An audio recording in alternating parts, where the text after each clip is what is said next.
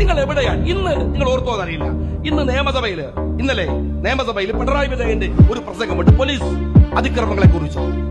നേരത്തെ അൻവർ സൂചിപ്പിക്കുകയുണ്ടായി.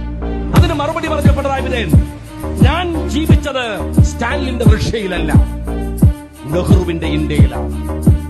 സഖാവ് പിണറായി വിജയൻ, നിങ്ങളൊരു കാര്യം മനസ്സിലാക്കണം. അങ്ങനെയെങ്കിൽ ഇതിപ്പോൾ പിണറായിയുടെ കേരളമാണ്.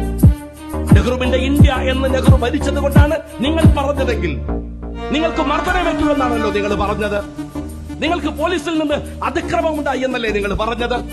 പോലീസ് നിങ്ങളോട് മാന്യമായി പെരുമാറിയില്ല എന്നല്ലേ നിങ്ങൾ പറഞ്ഞത്. എങ്കിലും ഞാൻ ചോദിക്കട്ടെ,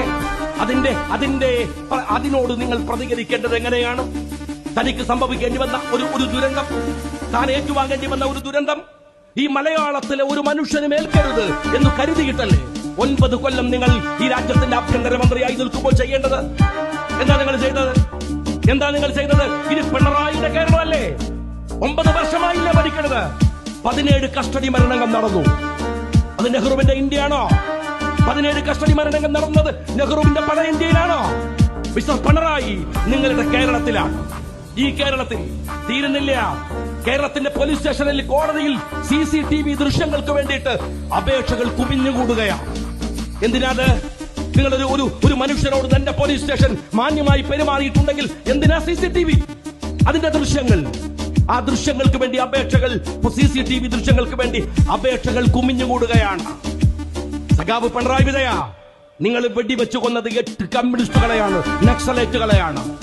മിസ്റ്റർ വിജയൻ, അത് നെഹ്റുവിന്റെ ഇന്ത്യ അല്ല, പിണറായിയുടെ കേരളമാണ്. ഒരു കാര്യം കൂടെ പിണറായി വിജയൻ ഓർക്കണം. പിണറായി വിജയന്റെ കേരളം പോലെയായിരുന്നു നെഹ്റുവിന്റെ ഇന്ത്യയെങ്കിൽ മുഖ്യമന്ത്രിയാവാൻ നിങ്ങൾ കാണുമായിരുന്നില്ല. കാരണം നിങ്ങളാണ് 8 കമ്മ്യൂണിസ്റ്റുകളെ ഇവിടെ വെടിവെച്ചു കൊന്നത്. 8 കമ്മ്യൂണിസ്റ്റുകളെ. നിങ്ങളും കമ്മ്യൂണിസ്റ്റ് അല്ലേ പിണറായി വിജയ?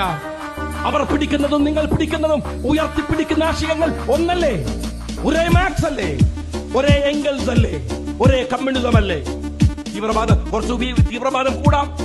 എന്നിട്ട് സ്വന്തം വർഗത്തിൽപ്പെട്ട 8 പേരെ ഓടിച്ചിട്ട് വിട്ട് പിറകിൽ നിന്ന് പോലീസിനെ കൊണ്ട് വെടിവെച്ച് കൊന്നത് ഈ പിണറായി വിജയനാണ്.